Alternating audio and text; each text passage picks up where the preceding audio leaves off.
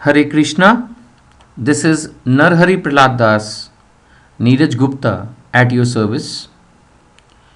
भगवत गीता के इस online course में आपका स्वागत है।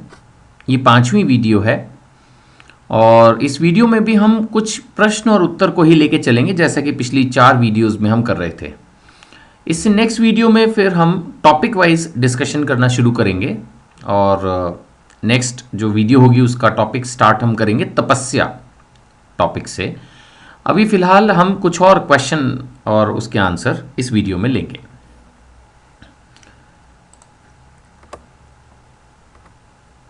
जैसे कि मैंने बताया, ये हमारी 5वीं वीडियो है।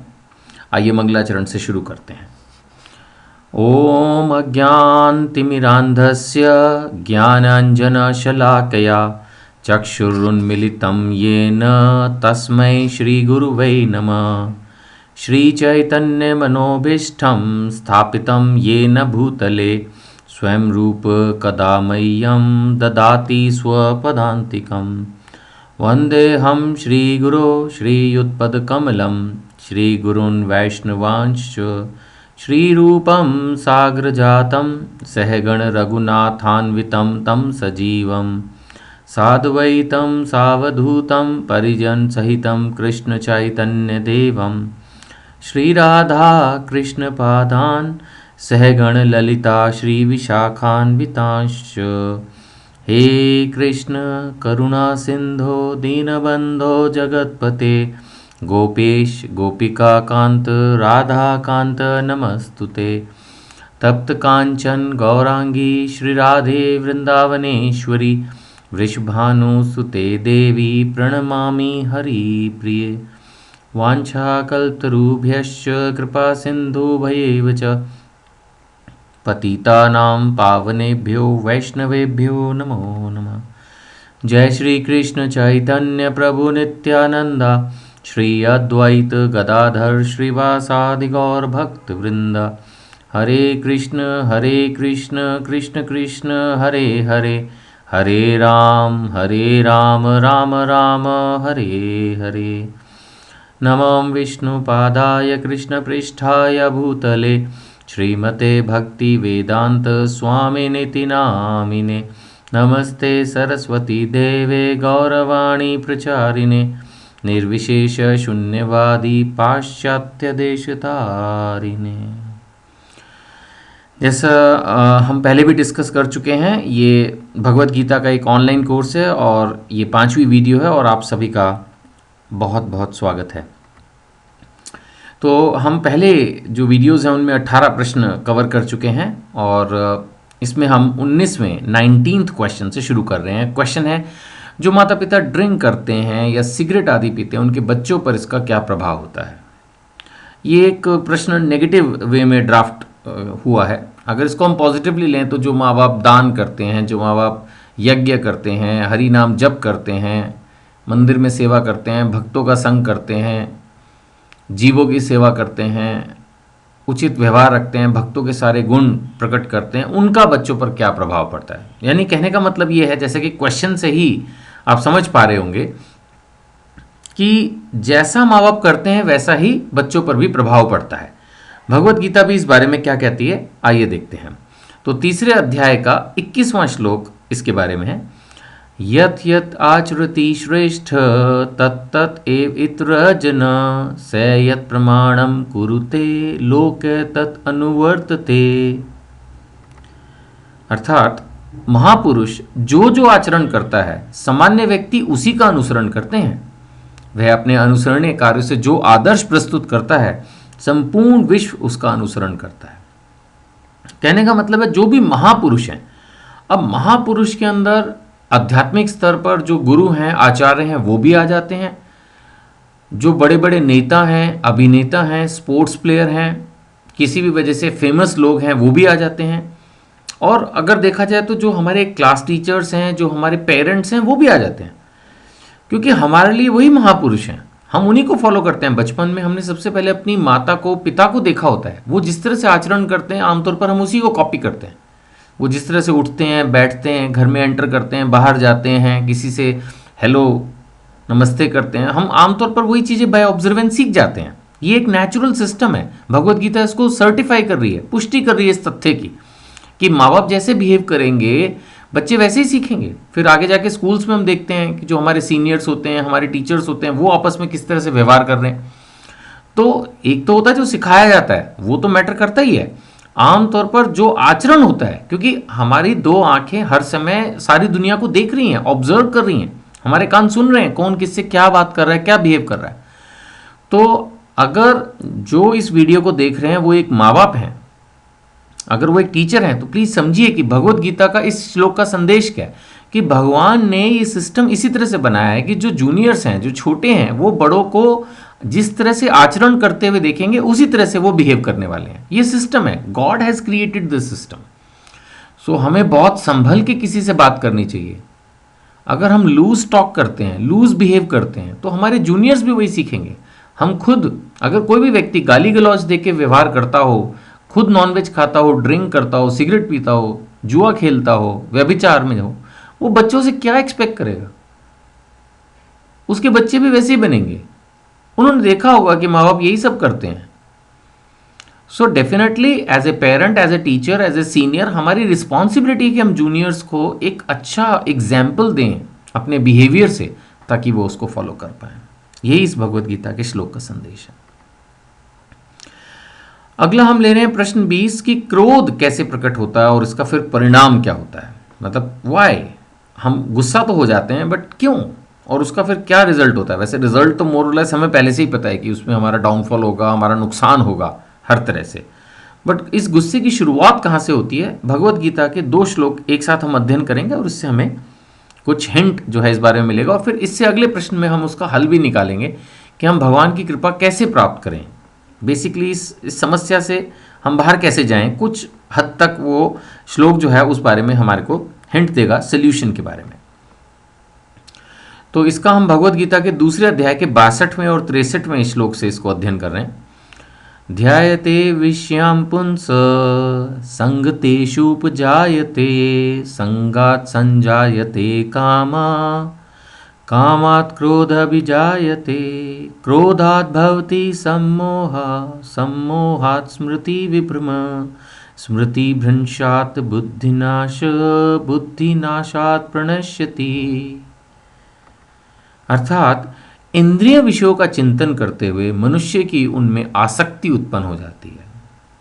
इंद्रिय विषयों का चिंतन करते हुए मनुष्य की उनमें आसक्ति उत्पन्न हो जाती है। इंद्रिय विषयों का चिंतन, ऐश करने की सोच, मैं ये खा लूं, मैं वहां चला जाऊं, मैं उसके साथ ऐसे बिहेव कर लूं, कोई भी ऐसी कामना मन में जिससे हम ऐसा सोचें कि हमें बड़ा सुख, हमें बड़ी खुशी मिलने वाली है, हमें कोई बहुत प्रसिद्धि सम्मान मिलने वाला है, ये इंद्रिय विषयों का चिंतन। ऐसा करने से क्या होगा? पहले उसमें अटैचमेंट जनरेट होगी, आसक्ति उत्पन्न होगी, और फिर आसक्ति से काम का मतलब होता है डीप अटैचमेंट। पहले सिंपल अटैचमेंट, फिर डीप अटैचमेंट। पहले तो हम थोड़ा सा सोचेंगे, है ना। लाइव क्लास में भी जब हमारी इस पॉइंट पर डिस्कशन हुई थी तो मैंने यही एग्जांपल लिया कि अगर हमारे को कोई दोस्त कहीं खेलने के लिए बुला रहा है, कोई मूवी देखने के लिए बुला रहा है, तो हो सकता है तब तक तो हमारे दिमाग में वो विचार भी नहीं था। विचार आने के बाद हमें वो अच्छा लगने लगेगा, हम उसके बारे में सोचने लगेंगे, और फिर धीरे धीरे मन में इतनी दृढ़ता आ जाएगी कि अरे हाँ, आज तो जाना ही है, चाहे जो मर्जी हो जाए, आज तो ये मैच खेलना है, या वो मूवी देखनी है, या फलाने रेस्टोरेंट में खाना खाना है, या जो भी। और शायद अगर हम छोटे हैं तो हम अपने पेरेंट्स से इस बात के लिए झगड़ भी पड़ेंगे अगर उन्होंने हमें डिसअलाउ किया, या कोई ऐसी चीज़ है जिसमें हमारे परिवार में किसी वजह से, उसकी वजह से मना कर रहे हैं, तो हम सोचेंगे नहीं करना है। पैसे नहीं है तो हम सोचेंगे कहीं से लोन लें, कहीं से कुछ भी करें, भाई ये चीज़ चाहिए बस। तो इंद्रिय विषयों का चिंतन करने से जो है मनुष्य में आसक्ति, और फिर आसक्ति से काम उत्पन्न होता है। और आम तौर पर जो इस तरह की दृढ़ इच्छाएं हमारे मन में होती हैं, अगर वो पूरी हो जाए तो खैर मोमेंटरली तो सुख मिलता है, लेकिन बहुत बार ऐसा होता है कि वो चीज़ें जैसा हम सोच रहे हैं उतनी अच्छी तरह से नहीं होती। कई बार हम किसी मैरिज में जाने के लिए बहुत एक्साइटेड होते हैं, लेकिन वहाँ जाकर कोई कुछ कह देता है, कोई हमारी ड्रेस खराब हो जाती है, कोई भी छोटी मोटी बात हो जाए, किसी ने शायद जितना सम्मान देना था उतना सम्मान नहीं दिया, जो भी, तो हमें और बहुत गुस्सा आता है, क्योंकि हम उस चीज़ को लेकर बहुत एक्साइटेड होते हैं, बहुत डीप अटैचमेंट उसको हम वो ख्यालों में, और हम वो एंजॉय कर चुके होते हैं उन मोमेंट्स को। जब लेकिन वो रियल मोमेंट्स उतने अच्छे नहीं होते तो फिर हमें गुस्सा आने लगता है। वी फील फ्रस्ट्रेटेड, ओ मैंने इस चीज़ के बारे में इतना सोचा था, ये वो दिस एंड दैट, तो फिर क्रोध प्रकट होता है। तो बेसिकली अगर हम ध्यान से देखें तो ये पहला श्लोक जो है हमें ये बता रहा है ये क्रोध आता कहाँ से है, कि जो हम किसी भी एक पर्टिकुलर सिचुएशन में इमेजिनेटिव इंजॉयमेंट कर लेते हैं कि हाँ ऐसा होगा और फिर हम ऐसे इंजॉय करेंगे, अगर वो चीज ना हो तो हमें क्रोध प्रकट होता है, क्योंकि उसमें पहले हमें अटैचमेंट होती है, फिर डीप स्ट्रांग अटैचमेंट हो जाती है, पहले आसक्ति और फिर काम, और काम अगर उस स्टेज पे हम पहुंच चुके हैं कि ये चीज़ हमें करनी है और वो नहीं हो पा रही किसी भी रीजन से, ऐसा होता है। जो कुछ हम अपने जीवन में चाहते हैं सोचते हैं, आप भी देखिए आज आप सुन रहे हैं इस वीडियो को, आपको एक्सपीरियंस भी होगा। क्या कई बार आपने जो इस तरह से सोचा कि ये चीज़ ऐसे उतनी परफेक्टली हुई? ये मैं मानता हूँ आपने सोचा कि हम पर्टिकुलर मैरिज में जाएंगे या किसी पर्टिकुलर के साथ मूवी में जाएंगे, आप गए, लेकिन क्या रियली आप उतना ही खुश होकर वापस आए? कई बार गड़बड़ होती है और बस वो जरा सा कुछ हिला नहीं तो हम एकदम क्रोधित हो जाते हैं। और अगर हम समभाव में हैं, बहुत ज़्यादा एक्साइटेड नहीं उस चीज़ को लेके, तो थोड़ा बहुत ऊपर नीचे होने पर हम एडजस्ट कर लेते हैं, फिर हमें इतना गुस्सा नहीं आता। अब जैसे इसमें अगले श्लोक के अंदर जो अर्थ है उसके अंदर बताया गया है कि क्रोध से फिर क्या होता है, पूर्ण मोह उत्पन्न होता है। मोह मतलब कंफ्यूजन। जब गुस्सा आ जाता है, आप भी जानते हैं, आपको भी कभी ना कभी जरूर गुस्सा आया होगा, जब गुस्सा आता है तब दिमाग कहाँ चलता है? एक तरह से देखा जाए तो जो हमारे दिमाग का सॉफ्टवेयर है वो करप्ट हो जाता है। कंफ्यूजन, मोह उत्पन्न हो गया, स्मरण शक्ति भ्रमित हो जाती है, और उसके बाद क्या होता है, वो नष्ट ही हो जाती है। एक तरह से वायरस अटैक हो जाता है दिमाग पे, जो डिसीजन लेने की हमारी पावर होती है वही खत्म हो जाती है। अब देखिए गुस्से के अंदर लोग किसी को भी कितना बुरा भला कह देते हैं, कई बार गुस्से में अपनी प्रिय वस्तु तोड़ देते हैं, किसी अपने प्रिय जन को, किसी अपने सम्मानित व्यक्ति को हम बुरा भला कह देते हैं। कोई इंपॉर्टेंट इवेंट में जाना हो, नहीं जाते गुस्से के मारे, या कुछ भी इवेंट को छोड़ के चले जाते हैं, और कई बार वो इवेंट जिंदगी में दोबारा नहीं हो सकती। मान लेते किसी की मैरिज होनी है, आप उसमें नहीं गए या वहां से छोड़ के चले आए, वो दोबारा तो जीवन में होनी नहीं। तो ये क्रोध जो है वो हमारी बुद्धि को नष्ट कर देता है। सही गलत की पहचान, किसी वक्त पर क्या बोलना है, क्या खाना है, क्या नहीं करना, सब ये क्रोध पूरा नष्ट कर देता है। और उससे क्या होता है, जब बुद्धि नष्ट हो जाती है तो मनुष्य जो है डाउनफॉल हो जाता है, उसका भव कूप में पुनः गिर जाता का मतलब एक तरह से उसका डाउनफॉल हो जाता है, वो जिस भी स्टेज से होता है। कितने ऐसे लोग होंगे जिन्होंने गुस्से में आके एक मर्डर कर दिया अपनी वाइफ का या अपने किसी प्रियजन का, और उसके बाद 10-10, 15-15, 20-20 साल जेल में रहे या फांसी हो गई। एक गुस्सा ही तो है। एक जरा से गुस्से के कारण कितना नुकसान होता है। तो अगर देखा जाए तो जो हमारा डाउनफॉल है वो किसकी वजह से हो रहा है, क्योंकि हमारी जो बुद्धि है वो नष्ट हो रही है। अब मैं ना इन दोनों श्लोकों को उल्टा पढ़ रहा हूं कि जो हमारा डाउनफॉल है उसका रीजन क्या है कि हमारी बुद्धि नष्ट हो जाती है। और बुद्धि कब नष्ट होती है, जब हमें क्रोध होता है। और ये क्रोध कब होता है, जब हम कामी हो जाते हैं किसी भी एक सिचुएशन पे कि ये चाहिए, और ये काम जो है वो आसक्ति से उत्पन्न हो रहा है, और आसक्ति आ रही है इंद्रिय विषयों के चिंतन से। यानी कि अगर हमें प्रॉब्लम को रोकना है तो फर्स्ट स्टेप पर ही रोकना है। देखिए किसी भी जंगल में जो आग लगती है वो एक तीली से लगती है। अगर वो तीली को उसी स्टेज पर रोक दिया जाए, या उसने मान लेते तीली ने अभी सिर्फ एक झाड़ी को ही आग लगाई है, अगर उस झाड़ी को ही बुझा दिया जाए तो पूरे जंगल की आग को रोका जा सकता है। लेकिन अगर एक बार पूरे जंगल में आग लग गई तो शायद वो आग बुझेगी नहीं। वो या तो भगवान वर्षा करके बुझाएंगे या वो नेचुरल प्रोसेस से अपने आप बुझेगी। कोई दमकल की गाड़ी, कोई कुछ उसका बिगाड़ नहीं सकती। अगर एक पूरे जंगल में आग लग जाए तो ये वैसी स्थिति होती है।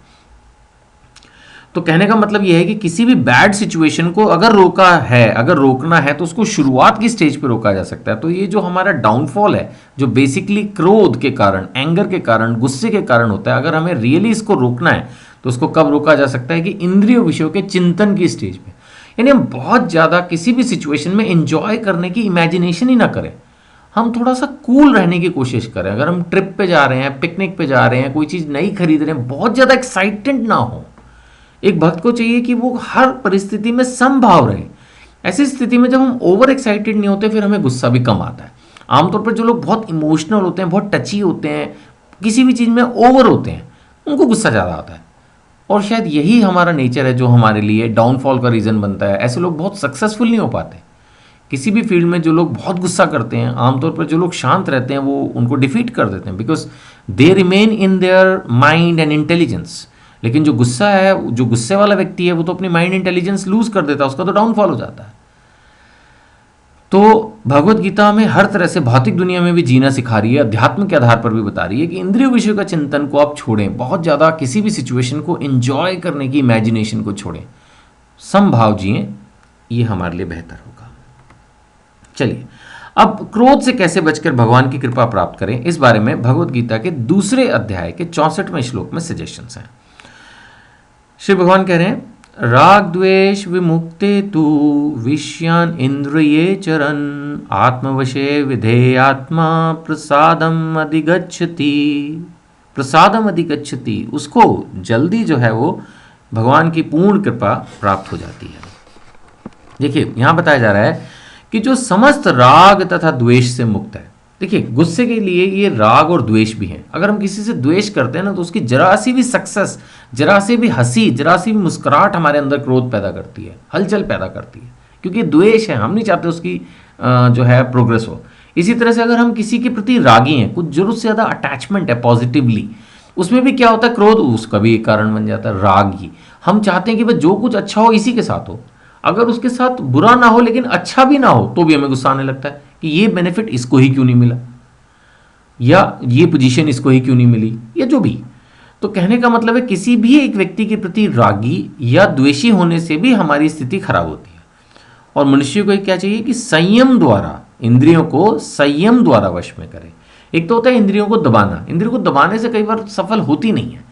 अगर हम जबरदस्ती मतलब बिना कन्विंस हुए अपने आप को रोकें कि भाई ये चीज़ हमने नहीं खानी या ये काम हमने गलत है, इसको नहीं करना, अगर बजाय उसको समझने के कि हाँ ये शास्त्र के अनुसार है, साधु के अनुसार है, गुरु के अनुसार है, यही धर्म है और इसके हिसाब से ही हमें अपना जीवन जीना चाहिए, हमें एक सदाचारी मनुष्य बनना है, हमें भक्त बनना है, हमने अपना आचरण अच्छा रखना है, हमने अपने बच्चों को, जूनियर्स को, साथ रहने वाले भक्तों को, सीनियर्स को, सबको कंफर्ट जोन देना है, तो हमारा व्यवहार ऐसा होना चाहिए कि सब कुल मिला के बढ़िया हो। लेकिन अगर हमारे मन में कुछ गलत करने की उत्कंठा है और हम उसको दबा रहे हैं तो शायद वो इतना सफल नहीं होगा।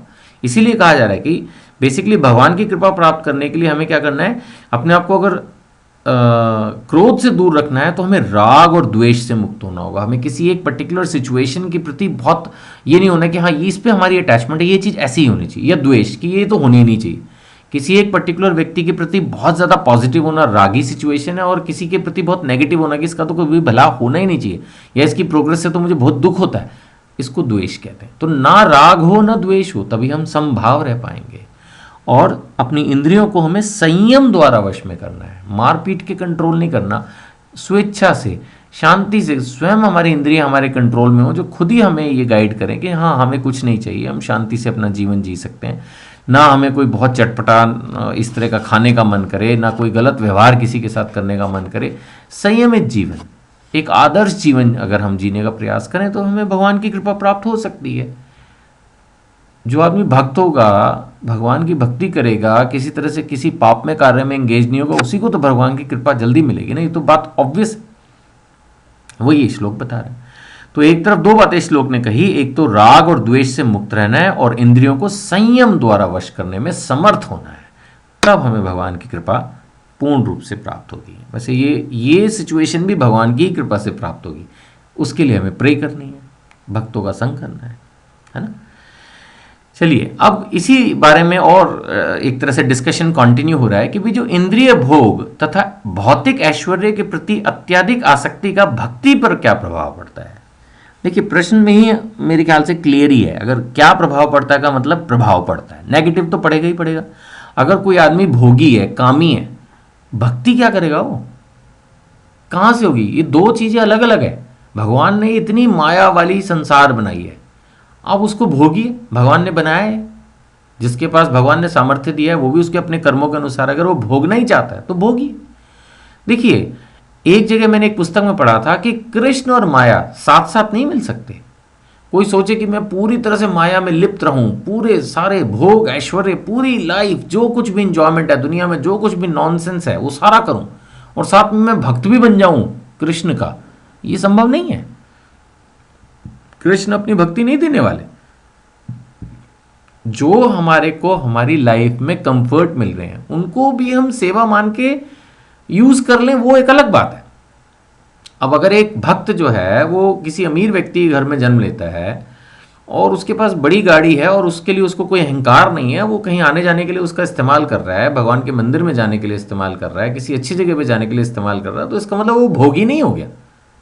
ऐसे तो राजा जनक भी थे, सारा कुछ था उनके पास, लेकिन उनको हमेशा से एक महान भक्त की दृष्टि से देखा जाता है। और पहले ऐसे अनेक राजा थे जो राजा होते हुए भी राजर्षि, राजा होते हुए भी ऋषि के समान उनका व्यवहार रहता था, यानी वो उससे निर्लिप्त रहते थे, उन चीज़ों से उनको अटैचमेंट नहीं होती थी। सो जो इंद्रिय भोग और भौतिक ऐश्वर्य है, इसके प्रति अत्यधिक आसक्ति जो है, आसक्ति अत्यधिक, वो भी यानी कि आसक्ति पहले बार ये अपने आप में ही एक सुपरलेटिव डिग्री है एक तरह से। आसक्ति किसी भी चीज में डीप अटैचमेंट, और उसमें भी अत्यधिक आसक्ति जो है प्रश्न में यूज किया गया है। तो इसका भक्ति पर क्या प्रभाव पड़ेगा? ऑब्वियसली इसका प्रभाव नेगेटिव ही पड़ेगा। तो अगर हम रियली भक्ति करना चाहते हैं तो हमें भोग ऐश्वर्य के प्रति अपनी आसक्ति को छोड़ना होगा। जो मिले भगवान का प्रसाद समझ के ले लें। अगर सुख भी मिल रहा है तो सुख भी ले लें। ऐसा नहीं है कि सुख को छोड़ देने से, कोई सुख की स्थिति सामने आ रही है तो उसको छोड़ देने से ही हमारी भक्ति प्रूव होगी या फिर तभी हम भक्त माने जाएंगे। यानी अगर हमने अच्छे कपड़े हमें मिल रहे हैं पहनने के लिए तो हम कहें नहीं हम तो फटे कपड़े पहनेंगे तो हम भक्त माने जाएंगे। हमें गाड़ी अगर अच्छी मिल रही है हम कहें नहीं पुरानी घटिया गाड़ी हम चलाएंगे तो ही हम अच्छे भक्त माने जाएंगे। हमारे पास अगर स्मार्टफोन है तो हम भक्त नहीं माने जाएंगे, ऐसा नहीं है। अल्टीमेटली उसमें जो डीप अटैचमेंट है, दिखावे की जो स्थिति है, अहंकार की जो स्थिति है, उसको त्यागना है। चीजों को त्यागने से कुछ नहीं होगा, ना चीजों को पकड़ने से कोई नुकसान होता, ना उनको छोड़ने से कोई लाभ होगा। अल्टीमेटली हमारी जो मानसिक चेतना, जो हमारी मानसिक स्थिति है उस पर है कि हम क्या चाहते हैं, सारा खेल उस पर है। तो भगवत गीता के दूसरे अध्याय का 44वां श्लोक क्या कह रहा है, ये इसको पढ़ते हैं। भोग ऐश्वर्य प्रसक्ता नाम तया अपसत चेतसाम व्यवसायत्मिका बुद्धि समाधो न विधीयते। अर्थात जो लोग इंद्रिय भोग तथा भौतिक ऐश्वर्य के प्रति अत्यधिक आसक्त होने से मोहग्रस्त हो जाते हैं, उनके मनों में भगवान के प्रति भक्ति का दृढ़ निश्चय नहीं होता। देखिए यहां पर भगवान क्या बता रहे हैं कि अगर बहुत ज्यादा इंद्रिय भोग में लग रहोगे, भौतिक ऐश्वर्य के प्रति अत्यधिक आसक्त होगे तो फिर मोहग्रस्त हो जाओगे। फिर भगवान के प्रति जो भक्ति है ना उसका दृढ़ निश्चय नहीं होगा। फिर वो होगा अप्स एंड डाउन्स। कभी भक्तों के संग अच्छा मिल गया तो बहुत अच्छे से जप कर रहे हैं, बहुत अच्छे से सारी सेवाएं कर रहे हैं, नहीं किया तो फिर अचानक डाउनफॉल आ जाता है। ऐसा बहुत बार देखा है, बहुत लोगों के साथ आपने महसूस किया होगा ऐसा होता है। और शायद बुरा मत मानिएगा, हो सकता है आपके साथ भी ऐसा हो रहा हो कि दृढ़ निश्चय नहीं है भक्ति का। ऐसा होने में क्या होता है कि कभी तो बहुत अच्छे से सेवा चल रही है, महीना 2 महीना, फिर अचानक वो खत्म हो गई और महीनों महीनों तक फिर अपनी भौतिक दुनिया में ही मस्त है। तो बेसिकली वो दृढ़ निश्चय खराब इन्हीं चीज़ों से होता है कि कहीं ना कहीं वो इंद्रिय भोग, वो हाई सैलरी की जो जॉब है उसकी प्रति अटैचमेंट, हम उसको मजबूरी का नाम देते हैं, लेकिन हम क्या करते हैं फिर टोटली उस पर रहते हैं, उसको उस सिचुएशन में ही लगे रहते हैं। किसी बिजनेस या प्रोफेशन को इतना सीरियसली फॉलो करते हैं, हमें लगता है बस ये सब कुछ है जो हमें जब करना है या जो हमें कोई भी सेवा करनी है किसी जीव की, वो तो सेकेंडरी है, करें ठीक है, होगा टाइम जितना होगा देख लेंगे, बट मेन है पैसा। मेन है वो जो हमारा टारगेट है कि अभी हमारे पास सिर्फ एक ऑल्टो गाड़ी है, अभी हमारे को मर्सिडीज लेनी है, ऑडी लेनी है, वो जो टारगेट है, या हमारे को बेस्ट आईफोन 6 ही लेना है, या जो भी। कहने का मतलब ये है कि जो इस तरह की हमारी सोच बन जाती है ना, वो फिर भक्ति के प्रति ना उसका भक्ति में दृढ़ निश्चय नहीं होता। कई होते हैं जो भक्ति में दृढ़ निश्चय होते हैं, वो बाकी सब चीज़ों को छोड़ देंगे, लेकिन जो उनकी सेवा है, भक्ति का मतलब ये नहीं कि मंदिर में ही जाना भक्ति है। जैसा मैंने पहले भी कहा, कोई गरीब हो जाएगा, फटे कपड़े पहनेगा, बेकार गाड़ी चलाएगा, इसका मतलब नहीं कि भक्त है। ये मैं फिर से रिपीट कर रहा हूँ। तो भक्ति जो है वो कॉन्शियसनेस लेवल पे होती है। तो अल्टीमेटली हमें यही समझना होगा कि भक्ति के प्रति दृढ़ निश्चय कब होगा, जब हमारा जो ये इंद्रिय भोग और भौतिक ऐश्वर्य है इसको हम लाइट लेवल पे लेंगे। ये मिल रहा है, भाई कहीं गए वहां पर खिचड़ी मिली तो खुशी से खा ली, खीर मिली वो भी खुशी से खा ली। ना तो ये सोचा पहले से मन में सोच के गए कि भाई खीर ही मिलनी चाहिए, ना हम ये सोच के गए भाई खीर मिलेगी तो नहीं खाएंगे, हम तो खिचड़ी ही खाते हैं। मेरे ख्याल से दोनों ही स्थिति सही नहीं है, क्योंकि हमें डिटैच रहना है, प्रसाद को प्रसाद समझ के लेना है ना।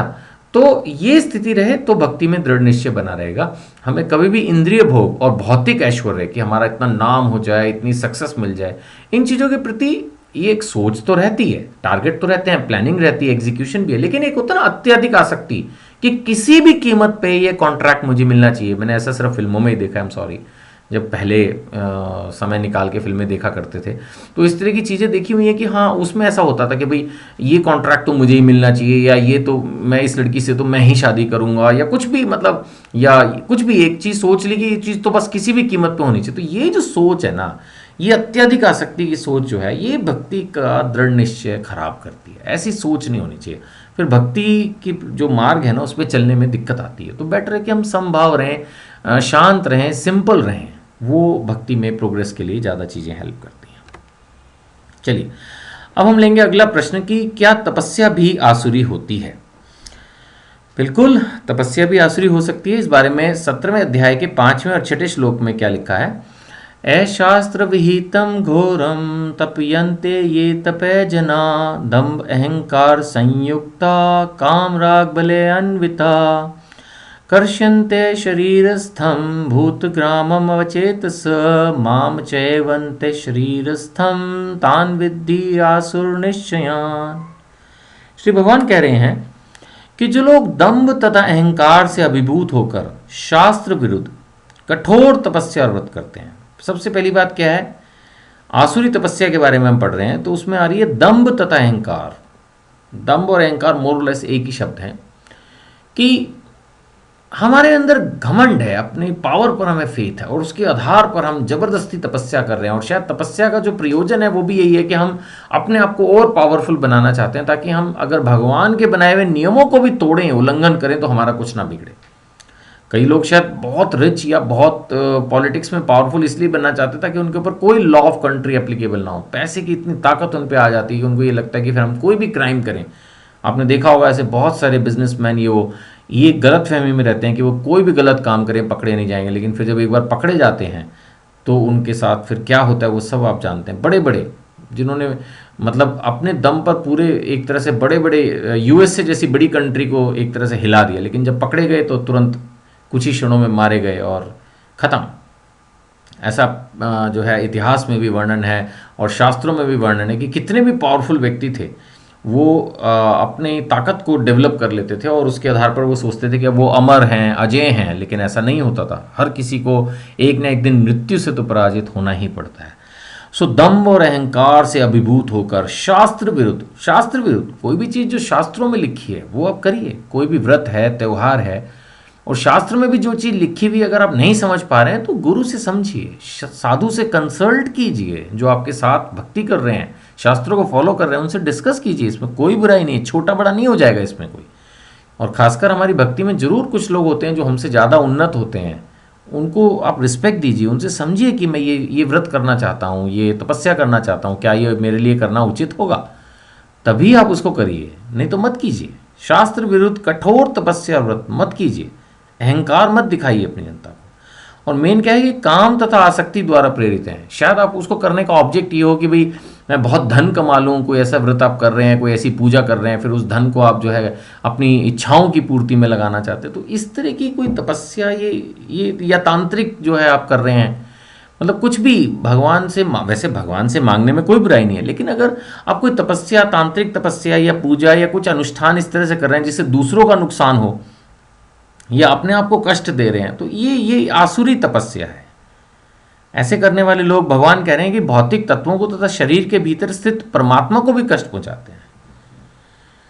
तो ये कोई सही स्थिति नहीं है। हमें इस तरह का कोई भी शास्त्र विरुद्ध कठोर तपस्या और व्रत नहीं करने चाहिए। अब हमने जैसे क्लास में डिस्कस किया था जब ये श्लोक हम चर्चा कर रहे थे कि अब कई लोग जो हैं वो कुछ जो आध्यात्मिक धाम और इस तरह की जगह होती हैं वहाँ लेट कर जो है वो परिक्रमाएं करते हैं। अब नेचुरली वो भक्त बहुत मेहनत कर रहे हैं और बहुत कठोर तपस्या है वो, लेकिन आमतौर पर वो कठोर तपस्या जो करते हैं वो भगवान को प्रेशर करते हैं कि हमें पुत्र चाहिए या हमारे को बीमारी से मुक्ति चाहिए या हमारा बिजनेस चल जाए या कुछ भी। अब ऐसे में भगवान भी मेरे को लगता है प्रेशर फील करते होंगे। एक तरफ आप इतना कष्ट उठा रहे हैं तो नेचुरली मनोकामना पूरी करनी शायद उनको पड़ेगी थोड़ा बहुत, लेकिन देखा जाए तो ये कोई सही तरीका नहीं है। ये एक ब्लैकमेल जैसा है, जैसे कि हम किसी सरकार से अपनी कोई स्थिति को मनवाने के लिए ज़बरदस्ती धरने पे बैठ जाएं और 10 दिन के बाद जब बिल्कुल मरने को लगें तो फिर पब्लिक का भी सपोर्ट आ जाता है। तो ये एक तरह से शास्त्र विरुद्ध कठोर तपस्या है, किसी को ब्लैकमेल करना अपनी तपस्या से, चाहे वो भगवान भी क्यों ना हो। देखा जाए तो ये सही नहीं है, ये आसुरी स्थिति है। पहले लोग हम कथाओं में पढ़ते हैं ना, ऐसे ही वो राक्षस खड़े हो जाते थे, एक पाँव पर हजार साल खड़े हुए हैं, तपस्या कर रहे हैं, और फिर वरदान में उल्टे सीधे वरदान मांगते थे कि मैं ऐसे न मरूं, वैसे न मरूं, या ये ऐसा शस्त्र मिल जाए जो भी मैं सामने वाले की ताकत मुझ में आ जाए एंड ऑल दैट। तो ऑब्जेक्ट उनका यही होता था और फिर उसके बाद वो हाहाकार मचाते थे। फिर भगवान को ही उस व्रत का भी, उस वर का भी कुछ हल निकालना पड़ता था जो वरदान दिया होता था। तो व्हाट आई मीन टू से कि हमें ऐसी स्थिति पैदा ही क्यों करनी है कि हम अहंकारी हों और शास्त्र विरुद्ध कठोर तपस्या व्रत करके बेसिकली काम और आसक्ति से प्रेरित ना हो। हम ऐसा ना हो कि हमारे मन में कोई अभिलाषाएं हों, इच्छाएं हों जिनको पूरी करने के लिए हम इस तरह की कोई कठोर तपस्याएं कर रहे हो। भगवान कह रहे तुम एक तरह से शरीर को भी कष्ट दे रहे हो और हर शरीर के अंदर परमात्मा उसको भी कष्ट दे रहे हो। वो भी परेशान हो रहा है कि क्या है ये व्यक्ति नॉर्मल जीवन क्यों नहीं जी रहा है। तो ये एक तरह से भगवान ने कहा कि जो इस तरह से कर रहा है वो कहने को सो कॉल्ड तपस्या कर रहा है, लेकिन उसको भगवान स्वयं कह रहे हैं कि ऐसे लोग तो असुर माने जाएंगे, राक्षस प्रवृत्ति के माने जाएंगे। तो हमें कोई भी तपस्या करनी है, मैसेज यही है कुल मिला के, तो वो शास्त्र के अनुसार हो और गुरु और साधु से उसके बारे में आज्ञा मिले, समझें कैसे करना है और तब इसको करना चाहिए। ठीक है, चलिए अगला प्रश्न हम ले रहे हैं कि गीता पुनर्जन्म के बारे में क्या कहती है। गीता पुनर्जन्म के बारे में क्या कहती है, ये क्वेश्चन मैंने सिर्फ इसलिए उठाया है क्योंकि बहुत सारे लोग मेरे से ये चर्चा करते हैं जब ये गीता की क्लासेस अभी उन्होंने नई नई अटेंड करनी शुरू की कि भाई आपकी गीता का क्या फल होगा। बहुत सारे फेमस स्पीकर्स हैं, मोटिवेशनल स्पीकर्स हैं, वो लोग तो जो बताते हैं उसमें 2 दिन में जो लाभ मिल जाता है वो गीता में 6 महीने में भी लाभ नहीं मिलेगा। एक्चुअली गीता ध्यान से प्यार से पढ़ने की चीज़ है, कोई चुटकी बजाकर चमत्कार नहीं कर सकते हम। तो समझना ये है कि there is a life after life, कि जीवन के बाद भी जीवन है। जब हमें ये विश्वास होगा तब हम सिर्फ उन सॉल्यूशंस के पीछे नहीं भागेंगे जो अगले 2 साल 2 महीने या 20 साल में हमें हेल्प करेंगे। हम ये सोचेंगे कि किस तरह से हम अपने इस जीवन को इस तरह से बिताएं कि हमें अगला जीवन या तो हमें मोक्ष ही प्राप्त हो जाए और हम भगवान के धाम चले जाएं, या अगला जीवन बहुत अच्छा मिले। तो ये सोच जिन भक्तों में होती है, जिन व्यक्तियों में होती है, वो भक्ति में दृढ़ निश्चय होते हैं। नहीं तो आमतौर पर सभी लोग पैसा कमाने की और इसी लाइफ में प्रोग्रेस के बारे में सोचते हैं।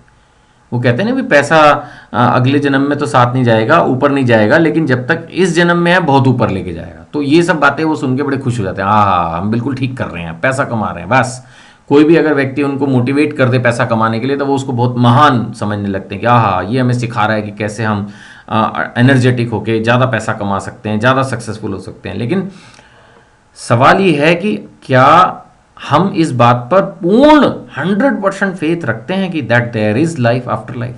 क्योंकि अगर हमारी सोच डाउटफुल है या हम कन्विंस्ड हैं कि इसी जन्म के बाद कुछ होता ही नहीं, बस शरीर जो है वो 5 तत्वों से बना है और वो मिल जाएगा, खत्म, अगर हम इतना ही सोच रखते हैं तो फिर क्या गीता पढ़नी और क्या समझनी। तो गीता में भगवान ने इसीलिए शुरुआत में ही 2 अध्याय में ही इस बारे में बता दिया कि भैया जिसकी भी मृत्यु है जन्म अवश्य होगा और जन्म के बाद मृत्यु भी अवश्य होगी। तो जो साइंटिस्ट इस काम में लगे हुए हैं कि किसी तरह से इस लाइफ को अमर कर लें, कि डेड बॉडी को भी अलाइव कर दें, वो कभी भी नहीं कर पाएंगे, क्योंकि भगवान ने ही प्रोडक्ट बनाया है बॉडी। मनुष्य शरीर भगवान ने क्रिएट किया है, जगत भगवान ने क्रिएट किया है, और यहाँ पर कुछ भी परमानेंट नहीं है। तो डेथ तो होगी होगी, हाँ, लेकिन ये बात है कि डेथ के बाद बर्थ भी जरूर होगा। यही इस श्लोक का संदेश है। सो 2 अध्याय के 27वें श्लोक में बताया जा रहा है, जातस्य ही ध्रुवे मृत्यु ध्रुवे मृत्यु ध्रुवम जन्म ध्रुवे मृत्यु ध्रुवे जन्म। सॉरी, मुझे पहले श्लोक पढ़ना चाहिए।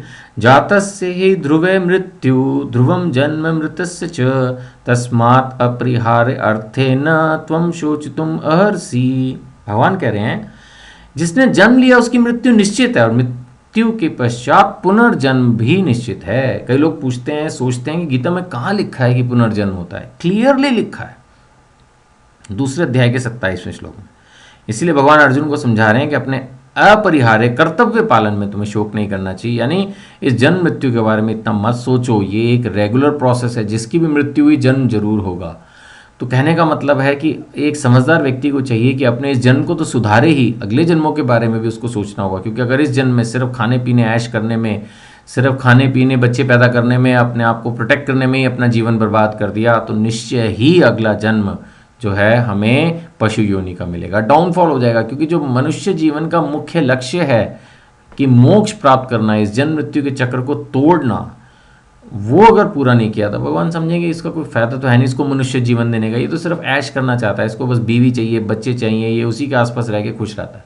तो पशु योनि में आमतौर पर यही होता है। मनुष्य तो फिर भी यहाँ से कभी यूएसए चला जाता है, कभी दुबई चला जाता है, कभी चेन्नई चला जाता है। लेकिन जो जानवर होते हैं, आपने देखा होगा, वो एक छोटे से जंगल, एक छोटे से एरिया में अपने बच्चों के साथ ही रहते हैं, बस उनका उतना ही जीवन होता है। उनको कोई ना कोई वहीं पर ही खाने पीने की या तो भगवान ने व्यवस्था की होती है, कोई इंसान कर रहा होता है, और आराम से रात को खाते हैं, सो जाते हैं। बिल्कुल अगर ऐसे ही बस जीवन है, खाना पीना ऐश करना बस, तो भगवान कहेंगे तो फिर उसी जीवन में ठीक था, इसके लिए इतना इसको पढ़ना पड़ेगा, है ना। 12 साल स्कूलिंग है, फिर ग्रेजुएशन, फिर पीएचडी, फिर उसके बाद दुनिया भर के एग्जाम्स, कंपटीशन। छोड़ भाई, क्योंकि भगवान कृपालु हैं, दयालु हैं, वो सोचेंगे कि भैया इसको तो बस यही लाइफ पसंद है तो छोड़ो, फिर इसको एक सिंपल लाइफ दे दो, कहीं पर भी इसको मछली बना दो, वहीं पर कुछ दाना आता रहेगा, या बड़ी मछली बना दो, छोटी को खाती रहेगी, कुल मिला के ईजी जीवन रखो। क्यों इसको इतना परेशान किया जाए, क्योंकि इसको मोक्ष चाहिए नहीं, ये समझना चाहता नहीं कि मानव जीवन का लक्ष्य क्या है, और सिर्फ अपने परिवार को पालने, खुद को पालने तक ही अगर इसको सुख और त्वचा का इसको सुख चाहिए, तो बस ये सुख तो मैं और जीवनों में भी दे सकता हूँ। तो फिर भगवान जो है वो मनुष्य योनि से हटा के उसको दूसरी योनियों में लगा देते हैं, जहाँ लाइफ इससे ज़्यादा सिंपल है। भोग योनियाँ हैं बाकी सारी, तो कर्म योनि तो मनुष्य योनि है ना। तो ये चीज़ समझनी होगी कि जन्म है तो मृत्यु भी निश्चित है, तो आज नहीं तो कल मृत्यु जरूर होगी। कितना भी हम साइंस को यूज़ कर लें, कुछ भी कर लें, बुढ़ापा जरूर आएगा, बीमारी कभी ना कभी जरूर अटैक कर सकती है। वो बात अलग है कि अगर हम बहुत प्राणायाम करते हैं, आसन करते हैं, नियमित जीवन जीते हैं, तो शायद बीमारी से कुछ हद तक बच सकते हैं, लेकिन मृत्यु से और बुढ़ापे से तो तब भी नहीं बच सकते।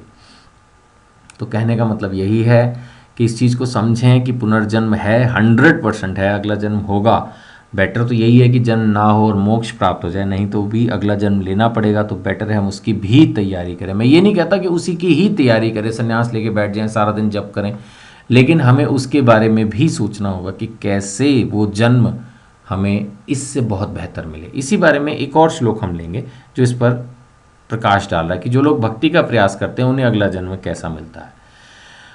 तो छठे अध्याय के 41वें और 42वें श्लोक में इस बारे में चर्चा है।